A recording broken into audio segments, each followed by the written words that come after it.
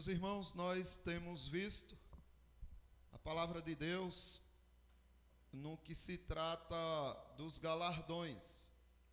Como é que recebemos os galardões do Senhor e que são esses galardões?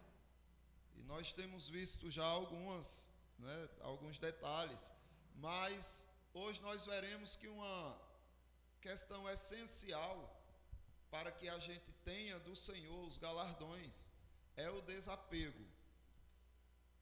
A que você é apegado?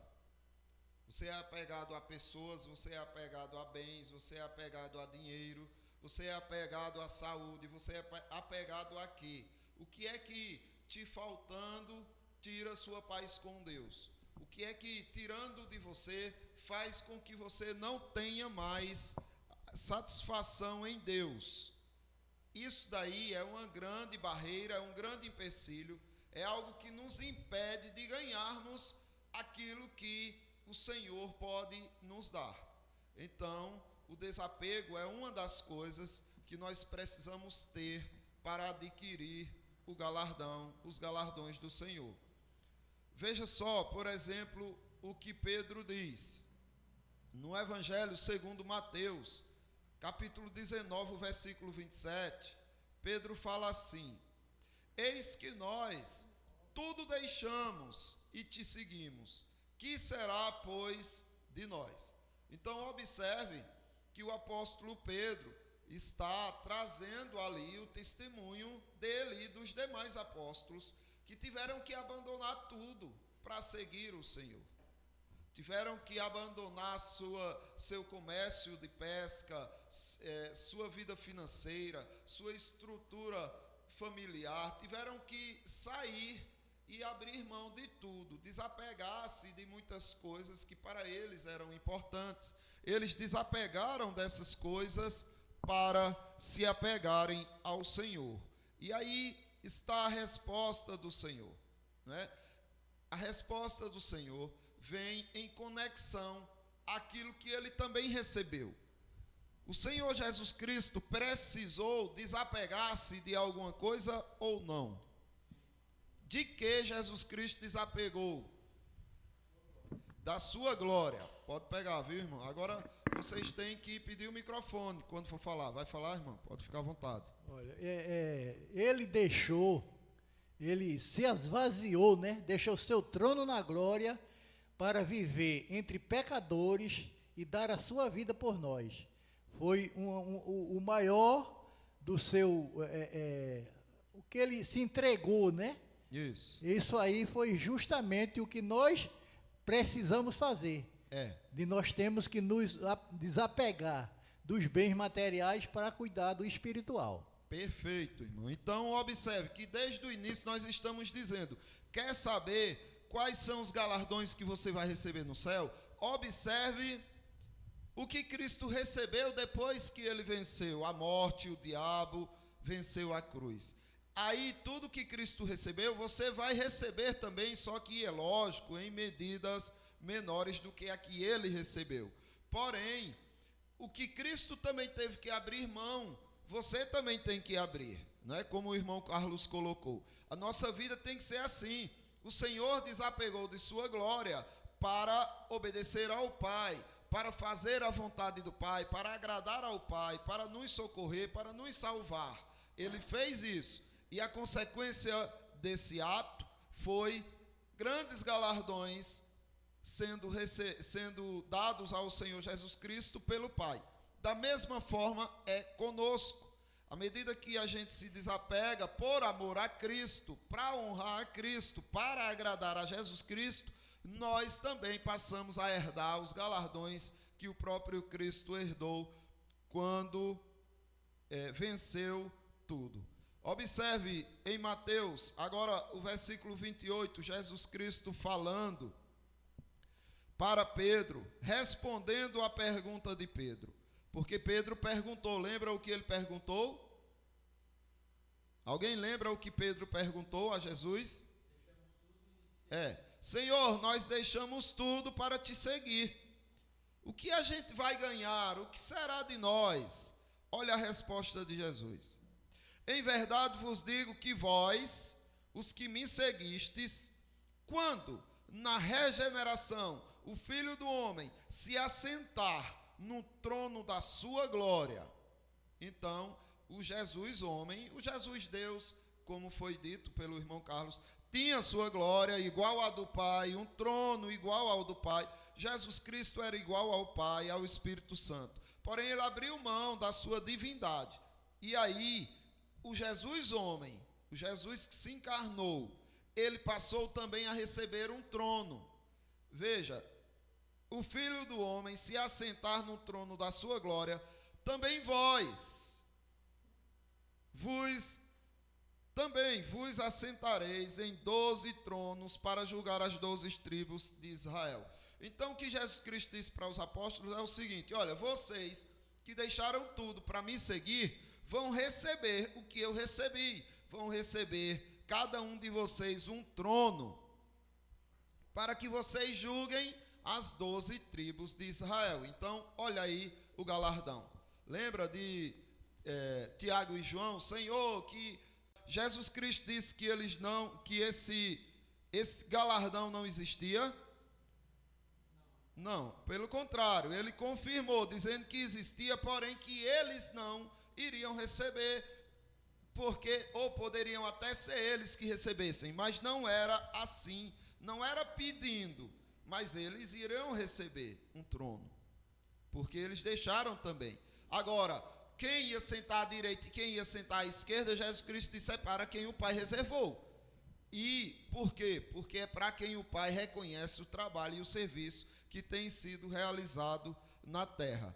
E aí, meus irmãos, veja só, qual era essa alegria que Cristo desejou, a ponto de sofrer em troca de tê-la? Nós vimos a alegria dos galardões fazia com que Cristo sofresse, porque ele via o que estava em troca.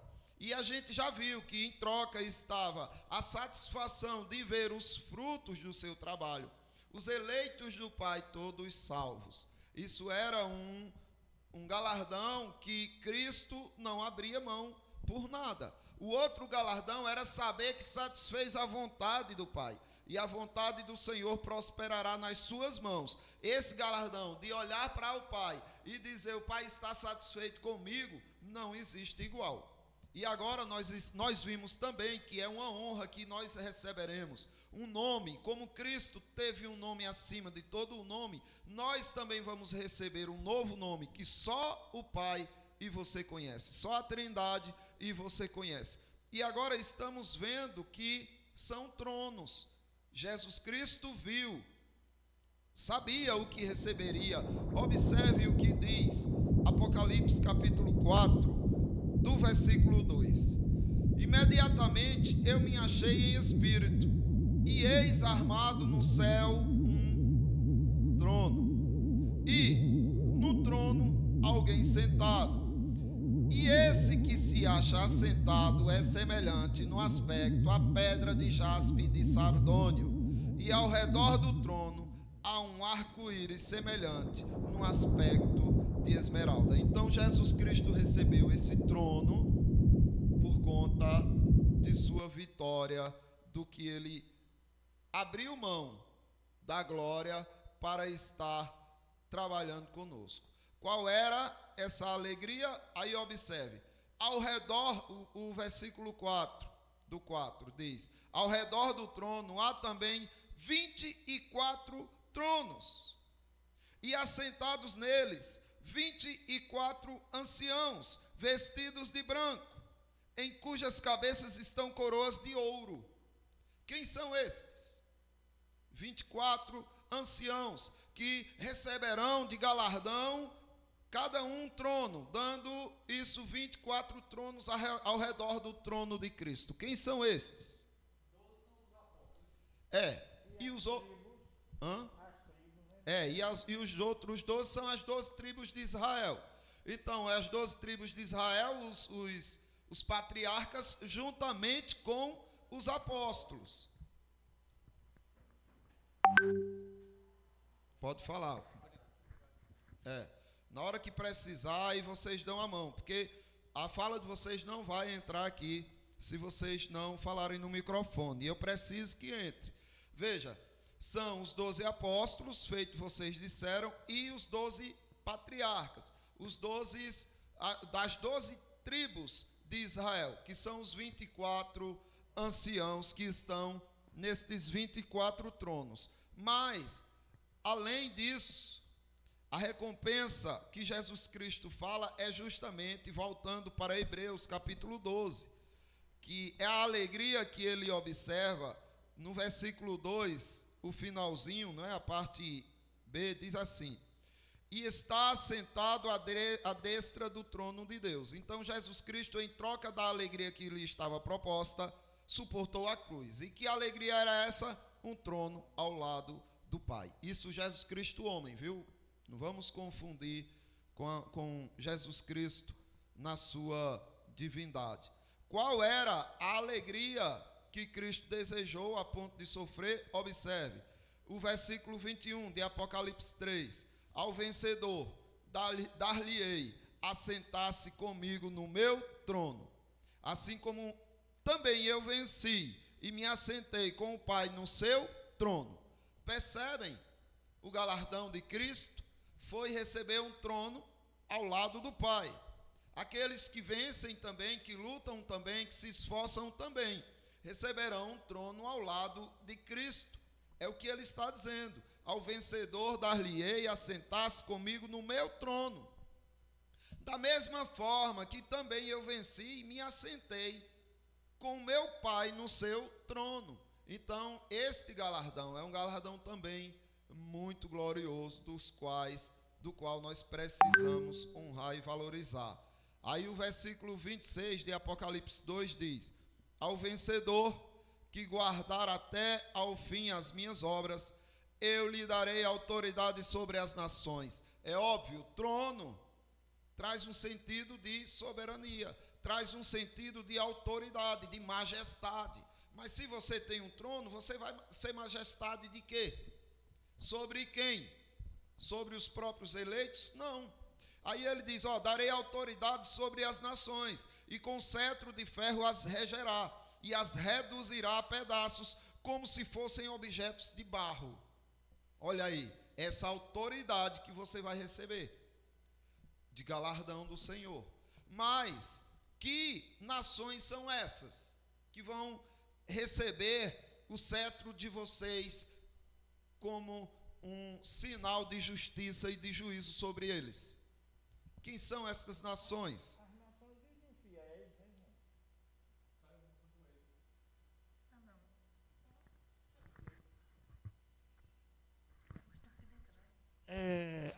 Eu creio que seja aquelas nações que não querem nada com Deus, não aceitam o Evangelho e são contra o propósito de Deus. Então, como Jesus disse, que ao vencedor, que seremos como sacerdote de Cristo para julgar as nações, são aquelas nações que ainda que se refere à segunda ressurreição, que é aquele injusto, que pratica o mal, que não quer saber nada com Deus. Isso. Essas nações serão punidas por aqueles a quem Cristo confiou-as. Observe o que diz em 1 Coríntios, capítulo 6, do versículo 2. Na primeira epístola de Paulo aos Coríntios, capítulo 6, o versículo 2, o que diz? Ou não sabeis que os santos hão de julgar o mundo? Olha só. Os 12 apóstolos vão julgar quem? O mundo. Não. Israel. Os 12 apóstolos vão julgar as 12 tribos de Israel. E os eleitos de Deus, e os escolhidos de Deus, e os gentios cristãos, crentes em Cristo, vão julgar quem? Os incrédulos. Os incrédulos, o mundo, os gentios, os judeus, os apóstolos judeus julgarão os judeus, e os cristãos gentios julgarão os gentios incrédulos. E os judeus incrédulos serão julgados pelos apóstolos. Então observe, mas vocês hão de julgar o mundo. Se o mundo deverá ser julgado por vós, sois acaso indignos de julgar as coisas mínimas? Não sabeis que havemos de julgar os próprios anjos? Quanto mais as coisas dessa vida. Então, além de julgar os gentios, nós vamos julgar Os anjos. os anjos. Mas e os anjos de Deus têm pecado? Isso aí é os dias caídos. São os anjos caídos. Toda a maldade que eles vêm praticando até hoje, as tentações com que eles fizeram com que vocês caíssem, com que outras pessoas caíssem, tudo que eles fazem de mal, Jesus Cristo dará esta honra, esse galardão aos seus eleitos para julgarem estes anjos perversos. Tá bom, irmãos? Pode falar. Ô pastor, então quer dizer que o galardão, quanto mais galardão você tiver, mais poder, né? Mais você vai ter condições de julgar aqueles, além do que, aqueles que têm os galardões menores, vai julgar os de pequenos porte. Isso. E aquele que tem o galardão muito mais alto, vai julgar até os anjos, como foi dito agora, né? Quanto mais galardão, mais poder. Não, justamente, porque assim, é a questão da hierarquia. Ele vai te dar autoridade sobre as nações, mas quem mais honrou a Cristo, quem mais abriu mão dos seus desejos, dos seus interesses, por o interesse de Cristo, quem mais serviu a Cristo de forma honrosa, mais receberá a autoridade dele e se sentirá próximo dele e estará junto dele para exercer essas funções, que é o que ele diz a Tiago e João. Que ele diz, olhe, de fato, alguns estarão à minha direita e outros à minha esquerda, mas isso vocês não vão saber se são vocês, porque é para quem o Pai reservou. E essa honra será dada àqueles que de fato se dedicaram ao Senhor, da forma como a palavra de Deus pede, e também com a energia, com a força, com a dedicação que apresentaram. Eis aí a razão de pregar o evangelho a todo mundo. E eis aí a razão que o novo céu e a nova terra serão aqui. É verdade. E olhe, tem crente santo que vai morar no céu, vai morar na terra, no novo céu e na nova terra. É verdade. E olhe, nós estamos em como se fosse um estágio aqui, um experimento aqui. Você já faz isso. Você já julga os ímpios. Quando você prega o evangelho, que eles negam o evangelho, você está condenando eles com a palavra de Deus. A palavra de Deus é quem julga. E quando ele se dói, pior ainda, né? Não é Jesus Cristo só, eu não julgo ninguém, a palavra julga. Então é aquilo, a gente prega, eles se irritaram, nós fomos uma autoridade levantada por Deus para condená-los. E quando eles se convertem, nós fomos uma autoridade de Deus para levar a mensagem para a salvação deles. E aí, quem age é o Espírito Santo. Mas nós só temos um papel: plantar ou regar. Agora, o resultado final, quem é que dá? É Deus. É Deus. Deus é que dá o crescimento. Foi isso que Paulo disse. Olha, façam a obra de vocês aí, façam a obra. Muita gente diz, eu já preguei, ninguém nunca se converteu. Você não foi chamado para converter ninguém. Você foi chamado para pregar. Se Deus quer condenar através de você muitos, Ele vai fazer. E você está sendo fiel e cumprindo o seu papel. Alguma dúvida, irmãos, nessa questão? Porque a razão pela qual, desde o início eu também pensei assim, é quando nós vimos a soberania de Deus. O problema de nós, ser humano, é pensar que Deus só é glorificado nos que são salvos. Não é? Ensinaram a nós assim. Mas Deus é glorificado do mesmo jeito nos que vão para o inferno. Não tem boquinha. É o que o apóstolo Paulo diz. Olha, nós somos o bom perfume de Cristo. Tanto nos que se salvam, quanto nos que se perdem. Não é? Para este, cheiro de morte, para a morte. Para com aqueles, aroma de vida, para a vida. Então, nós somos o bom perfume de Cristo. Quer a gente pregue e as pessoas sejam condenadas, quer a gente pregue e as pessoas sejam salvas. Porque Cristo olha para a nossa fidelidade ao Evangelho. Ele não olha para o resultado, porque nós não temos o poder do resultado. O resultado é dele. Agora, a fidelidade em pregar o Evangelho tem que estar sobre nossa nossos ombros. E a glória de Deus continua do meu jeito. É verdade. Tá bom, irmãos? Vamos orar ao nosso Deus. Desde 1940, a nossa denominação vem labutando pela fé, batalhando pela fé. E neste ano de 2025, estamos completando 85 anos de denominação. Então, nada mais justo do que celebrarmos este dia tão especial. Vamos orar. Senhor Deus e Pai, soberano, justo e bondoso, te agradecemos, Pai, por tantas glórias, por tantas lutas, por tantas dificuldades e por tantas conquistas, vitórias e derrotas, das quais todas elas tiveram o propósito de cumprir, Pai amado, aquilo que decretaste para nossas vidas. Louvamos o teu nome, Pai, e te agradecemos por tudo que o Senhor tem feito. Nos ajuda a entender os teus santos propósitos. Nos ajuda, Pai amado, a vivermos uma vida digna e honrada diante de ti, desapegando-se, Pai amado, das coisas desse mundo, das coisas desta vida, para nos apegarmos ao teu Filho amado, a quem nós amamos e por quem nós entregamos a nossa vida. Amém. Pois sabemos, Pai amado, que tudo que fazemos é fruto da obra dele, da obra do teu Filho amado, que na cruz se entregou por nós. E é ele quem nos faz perseverar. É a tua graça, Deus amado, que nos faz ter fé e padecer pelo teu Filho. Obrigado, Pai amado, por tudo isso que tens feito em nossas vidas. Ajuda-nos, Pai, a vivermos de forma digna e honrada do teu Evangelho. Que a nossa denominação, Pai amado, se espalhe por todo o Brasil, se espalhe pelas nações, se espalhe pelo mundo, para que o teu Evangelho seja entregue de forma digna e fiel. Assim te louvamos e te agradecemos por tudo, no nome do teu Filho amado Jesus Cristo. Amém, Senhor. Amém.